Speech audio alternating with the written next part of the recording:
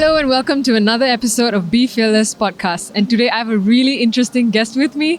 I have Phillip Wylie, and it's really interesting because I'm usually on the other side on his podcast. So I'm really excited to talk to you. Welcome to the show. Thanks. Honored to be joining and kind of cool that we're kind of flipping the script. Now you're interviewing me. So Yes, and I'm really excited because you're definitely one of the first few people I've spoken to with a lot of experience in cybersecurity. And I'm really interested to knowing more about your entire journey because I know you did not start at cybersecurity. No. So that's a really interesting story for them. So would you like to start with that? Sure. Yeah. How far back you want to go? Maybe after you graduated or... Yeah, so just to make things interesting, because when I graduated high school, I didn't know what I wanted to do for a living. So I was a powerlifter, and my friends said, you should be a pro wrestler. Wow. So I went to wrestling school and wrestled professionally for a while. And then I got married, and with pro wrestling back then, you didn't have insurance. There was no benefit. So I had to get a good job. So I went to a trade school, learned AutoCAD, became a CAD drafter, found out about sysadmin work. So I taught myself how to build computers, took a 90-day Novell NetWare certification course, and then got my first job as a sysadmin. And then from being a sysadmin, I found out about cybersecurity. So I moved into cybersecurity January of 2004. And then in 2012, I moved into pentesting. So this is an area that I'm very passionate about. I've actually worked teaching at a college for a while, and I worked for a couple other organizations that do training. So I'm very passionate about the mentoring and teaching, and overall just the awareness of offensive security. Because it's understandable that people don't understand the area very much because there's such a small percentage of the industry that actually work there. And so just evangelizing through trying to bring people into the industry, as well as educating executives and blue teamers on offensive security.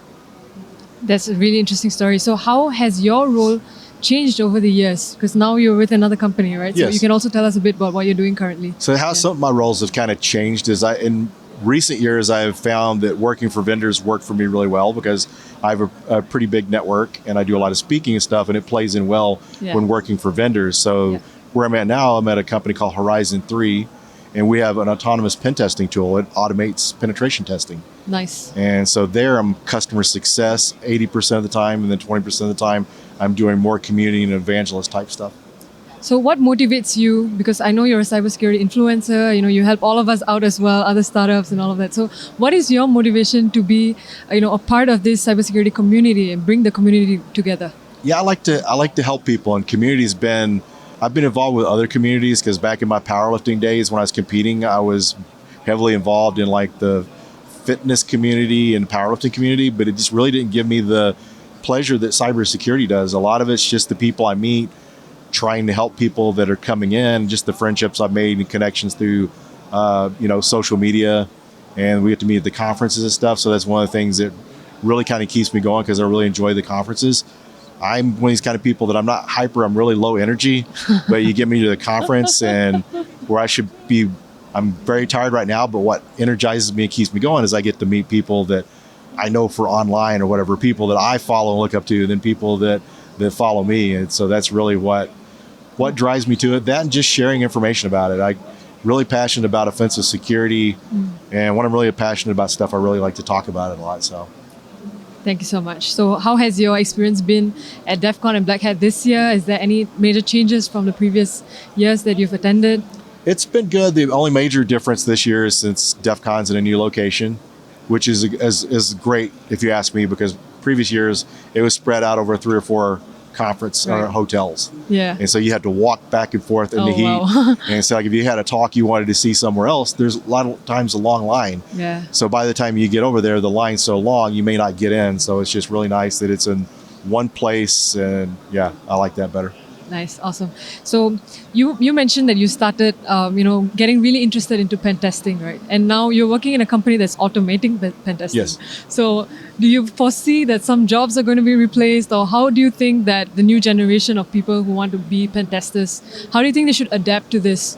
What kind of skills should they equip themselves with when Sure. starting? One of the things I would say too is not to scare people off, because one of the things I like about the company where I work, because being a pen tester, having that background, some companies may market that they're replacing pen testers. Right. We don't do that. A lot of pen testers use our tool. It's kind of an evolution because one time you didn't have vulnerability scanners. You had to do everything manually, and Nmap scans and all this stuff manually. Yeah. But then they created vulnerability scanners. Yeah. They created the Metasploit framework to be able to more easily exploit things. Back when pen testing started out, you didn't have as much to test. Yeah. And now we've got to have a way to scale. No one would imagine doing a big 1,000 IP pen test without a vulnerability scanner. So this is like the next evolution in being able to scale people. So I think people coming up, I would learn like generative AI, learn as much about it as you can. Because one of my favorite quotes is, you won't be replaced by AI, you'll be replaced by someone that uses AI. So kind of learn that. And people that are just starting out, a lot of the more senior folks that have been in it for a while, they've got jobs, it's comfortable, and they don't take the time to learn AI. And we saw some of this when it come to cloud. Right. There were a lot of people that worked in cybersecurity that didn't know how to do cloud pen testing, didn't know the cloud technology, and they were kind of behind the skills gap or whatever. But then you took new people coming in that knew it. It gave them opportunities to move ahead and brought opportunities for them because they knew the cloud part of it. So I think the same thing is going to happen with AI. You need people to understand it and be able to use it.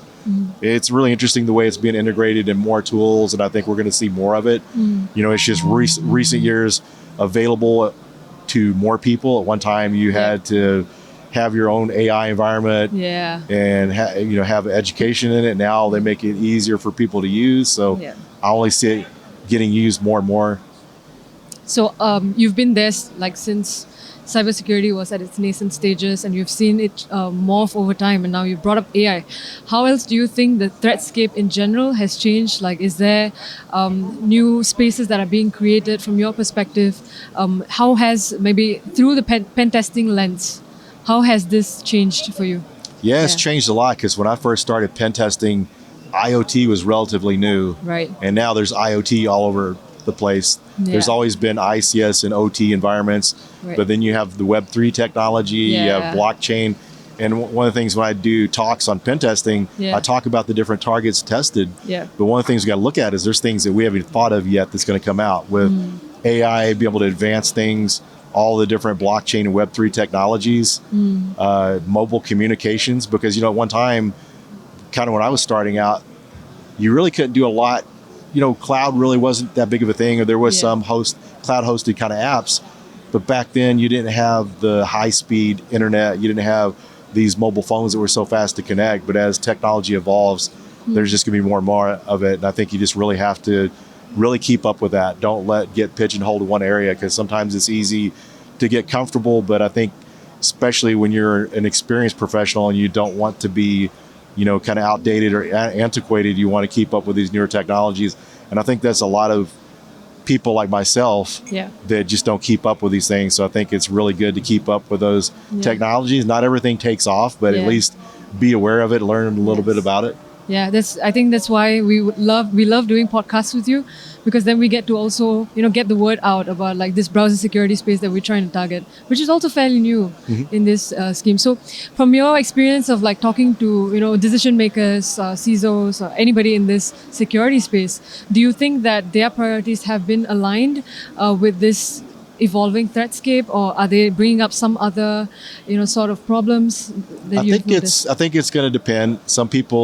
Some executives are more in tune with it, keeping up with the latest things. And sometimes those forward-thinking leaders bring in technology sooner to a company. So if a CISO hears about AI, or these AI products, they're interested because they want to be able to keep up with the trends. There's some people that don't, try to keep up everything that comes along. But another thing too is, I think that's important, I'm seeing more of this come about, is getting security to speak in more business terms that the board understands, like cyber risk quantification, be able to speak in risk. Because one of the things that's been a big barrier is, IT and security is talking all these technical terms they don't understand, but you tell them business risk and impact, they understand that. And sometimes as security professionals, it's easier for us to be able to get budget for these things if we're able to show them why we need it in terms that they understand.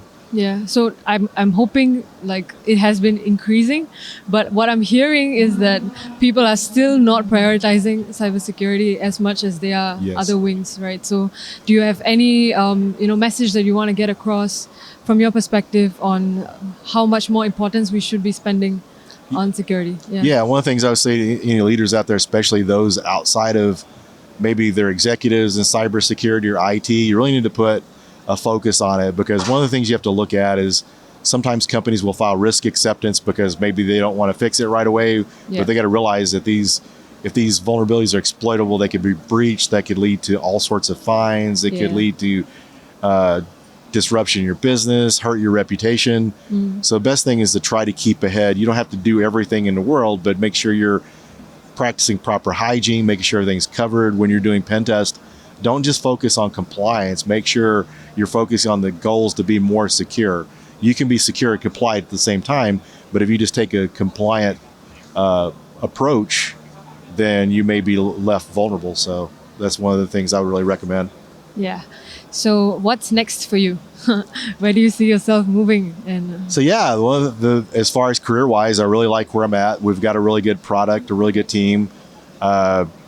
A lot of this stuff is kind of more offensive security focused, but they're trying to get into more areas to help out on the defensive side. So it's really growing there. And for me, I'm passionate about offensive security, so I'm going to keep sharing the need for it. Just like some of the things I mentioned, like risk acceptances and not remediating stuff. I'm trying to emphasize to people, this is why you need to do it. If you take care of these things, you're going to lower your risk. You may not completely reduce your risk, but at least the more you can do, the better. Do you have any tips for anybody who's starting out in cybersecurity today? Because I think formal education is definitely very different from the real world. And sometimes they are not always, on par with one another. Yes. So how do you think that they can learn more about, be up to date with current threats, and how can they skill up?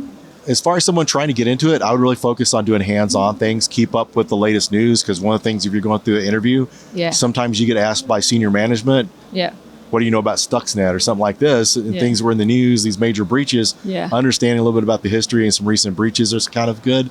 If you're coming in from a university, sometimes universities don't have a lot of hands-on opportunities. So make sure you're taking some kind of classes online, doing some hands-on learning, so that way you can actually implement what you learned in the university. And for anyone, whether you're self-study or university, the biggest thing you can do is network. Get out, network with people, build your network. It's very difficult to find jobs when you apply online. But if you find someone within that company, they can get your resume in the right hands, and you have a better shot at getting the job. Fantastic. Thank you so much. Thank you for your time. Is there anything else you would like to add, general messages you would like to send out? Now that pretty much covers it. Just one of the things for anyone is be a constant learner, keep learning, continue to learn, so that way you don't fall behind. And just these tough job markets, the better we can be, the better that we are, and hopefully more secure in our jobs. Yeah, so I especially think for cybersecurity, the more I meet like pioneers, people who've been around for 15, 20 years, the rate at which technology advanced was so fast that they had to skill up a lot faster than any other field, right? Yes. So that is something that's definitely inspiring for me to talk to you about. Yeah. And it's very difficult for the new people, because when I got my first security job in 2004, security was a lot easier. We had less technologies to secure. Now it has gotten so advanced. There's so much to it. So it's a lot more difficult for people starting out nowadays than it was 20 years ago. Yeah, in some ways, I think AI helps us. Yes. Like, I didn't totally come from security background, but then when I had to build a malware, all I had to do was to just ask ChatGPT for a bunch of different things, piece it together myself, right? So in some ways, you don't really need to know the fundamentals to get started. But at the same time, that also makes it much easier for attackers to use the same methods to try to attack us. So yes, yeah. I Anyways, agree. Thank you so much for your time. You're welcome. Yeah, I enjoyed it. Thank you. My pleasure. Thank you. And see you on another episode of Be Fearless Podcast.